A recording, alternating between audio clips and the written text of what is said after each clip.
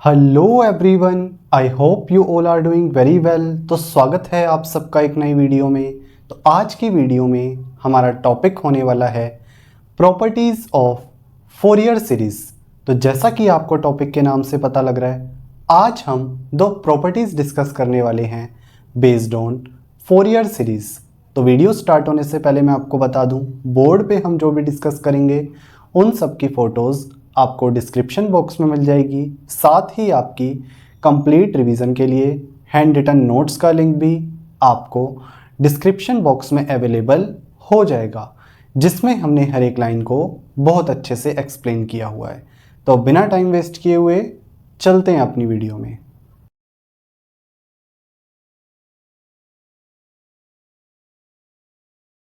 Okay, तो आज हम फोरियर सीरीज़ का एक बहुत important topic properties of Fourier series को डिस्कस करने वाले हैं। हमारे पास क्या है, इन टोटल 10 to 12 प्रॉपर्टीज़ हैं फोरियर सीरीज़ के लिए, जिनको हम क्या है मल्टीपल वीडियोज़ में डिस्ट्रीब्यूट करके देख रहे होंगे। तो आज हम क्या है फर्स्ट 2 प्रॉपर्टीज़ देखने वाले हैं फोरियर सीरीज़ की, यानी कि property of linearity and property of conjugation को हम अभी देखने वाले हैं। तो सबसे पहले देखते हैं फर्स्ट प्रॉपर्टी, यानी कि प्रॉपर्टी ऑफ लीनियरिटी। तो प्रॉपर्टी ऑफ लीनियरिटी क्या कहती है?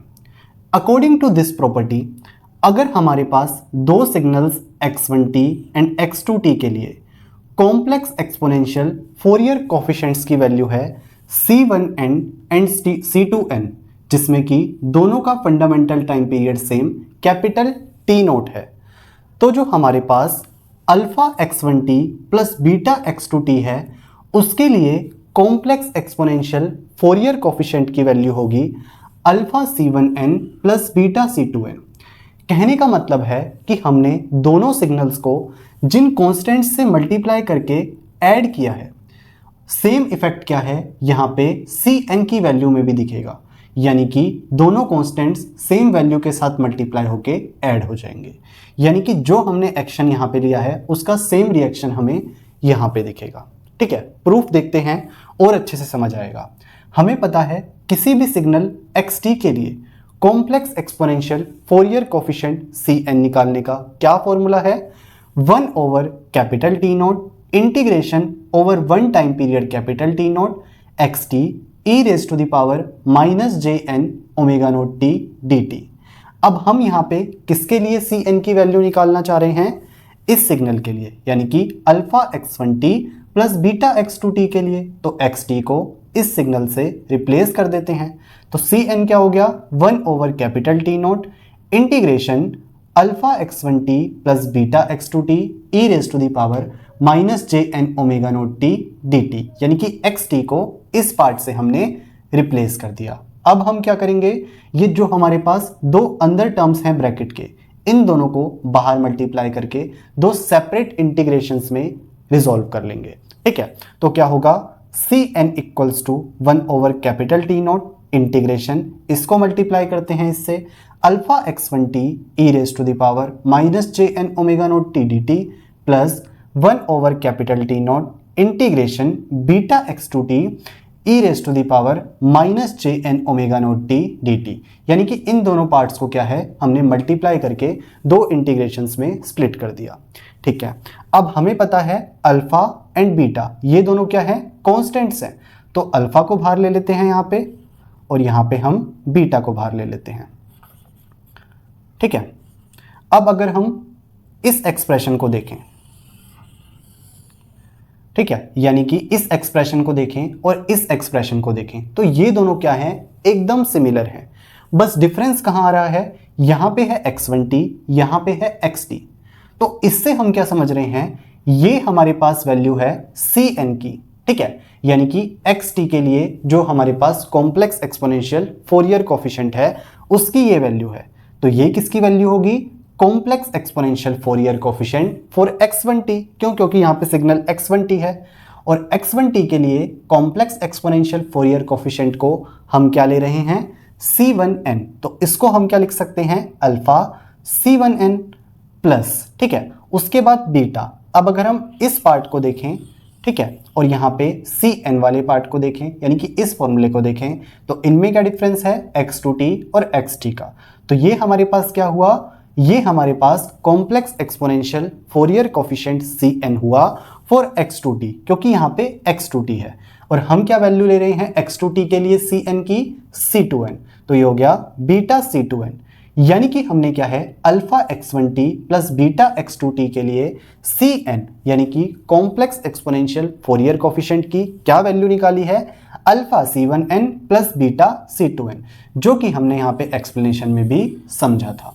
ठीक है, तो इस तरीके से हमने प्रूव कर लिया।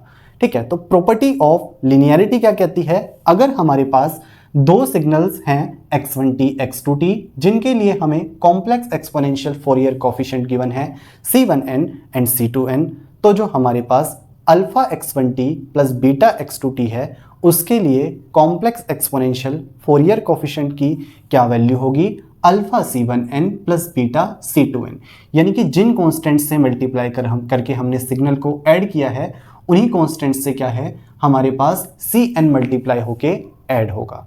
ठीक है, तो ये थी हमारे पास प्रॉपर्टी ऑफ लिनियरिटी।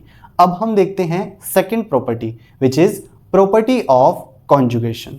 तो प्रॉपर्टी ऑफ कॉन्जुगेशन हमें क्या कहती है, अकॉर्डिंग टू दिस प्रॉपर्टी अगर हमारे पास किसी सिग्नल xt के लिए कॉम्प्लेक्स एक्सपोनेंशियल फोरियर कोफिशिएंट की वैल्यू है cn, तो जो हमारे पास xt का कॉन्जुगेट है उसके लिए कॉम्प्लेक्स एक्सपोनेंशियल फोरियर कोफिशिएंट की वैल्यू होगी c माइनस एन का कॉन्जुगेट। प्रूफ देखते हैं, हमें पता है किसी भी सिग्नल xt के लिए अगर हमें कॉम्प्लेक्स एक्सपोनेंशियल फोरियर कोफिशिएंट निकालना है तो क्या फॉर्मूला है, 1 over capital T nought integration over one time period capital T nought xt e raise to the power minus J N omega nought T D T. ठीक है, अब हमें यहाँ पे किसके लिए कॉम्प्लेक्स एक्सपोनेंशियल फोरियर कोफिशिएंट निकालना है, xt के कॉन्जुगेट के लिए, तो उसके लिए हम क्या है दोनों साइड कॉन्जुगेट कर देंगे। तो cn का कॉन्जुगेट क्या होगा, 1 over capital T nought integration xt का conjugate e raise to the power, क्योंकि कॉन्जुगेट करा है तो j का साइन चेंज हो जाएगा jn omega nought T dt। ठीक है, अब अगर हम cn का कॉन्जुगेट और cn को देखें तो यहाँ पे है हमारे पास e raise to the power jn omega nought T और ये है e raise to the power minus J N omega nought T, यानी कि अगर हमें इसको एक फॉर्मूले में कन्वर्ट करना है सी एन के तो हमें यहाँ पे माइनस चाहिए होगा। तो j के साइन को तो हम चेंज नहीं कर सकते लेकिन n के साइन को चेंज किया जा सकता है। अगर n माइनस हो गया तो ये पार्ट क्या है ऊपर वाला माइनस हो जाएगा, तो हम क्या करेंगे n को माइनस n से रिप्लेस कर देंगे। तो c माइनस n का कॉन्जुगेट क्या होगा, 1 over capital T nought integration xt का conjugate e raise to the power minus J N omega nought T D T. तो ये आ गया हमारे पास c माइनस एन का कॉन्जुगेट। ठीक है, और ये किसके लिए हमारे पास कॉम्प्लेक्स एक्सपोनेंशियल फोरियर कोफिशिएंट की वैल्यू आई है, xt के कॉन्जुगेट के लिए, क्योंकि अगर हम इन दोनों फॉर्मूलेस को कंपेयर करें तो यहाँ पे हमारे पास xt और xt का कॉन्जुगेट, बस ये दो डिफरेंसेस हैं। तो xt के लिए हमारे पास कॉम्प्लेक्स एक्सपोनेंशियल फोरियर कोफिशिएंट हुआ cn, ठीक है, जो कि हमें फॉर्मूले से पता है, और यहाँ पे xt के कॉन्जुगेट के लिए कॉम्प्लेक्स एक्सपोनेंशियल फोरियर कोफिशिएंट हमारे पास हुआ c माइनस एन का कॉन्जुगेट, जो कि हम यहाँ पे एक्सप्लेनेशन में बोल रहे थे।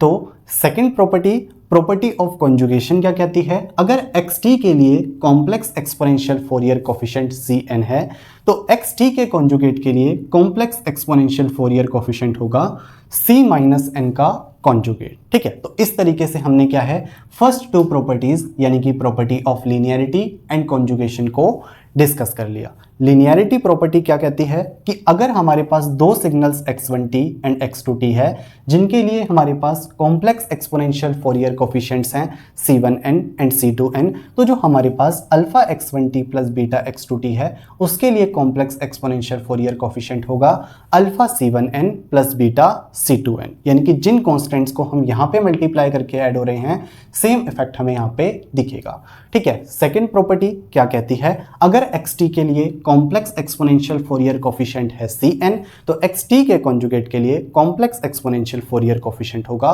c माइनस n का कॉन्जुगेट। सो आई होप आपको आज का लेक्चर समझ आया होगा। बाकी आप नीचे दिए नोट्स पढ़ेंगे, आपको और अच्छी अंडरस्टैंडिंग मिलेगी।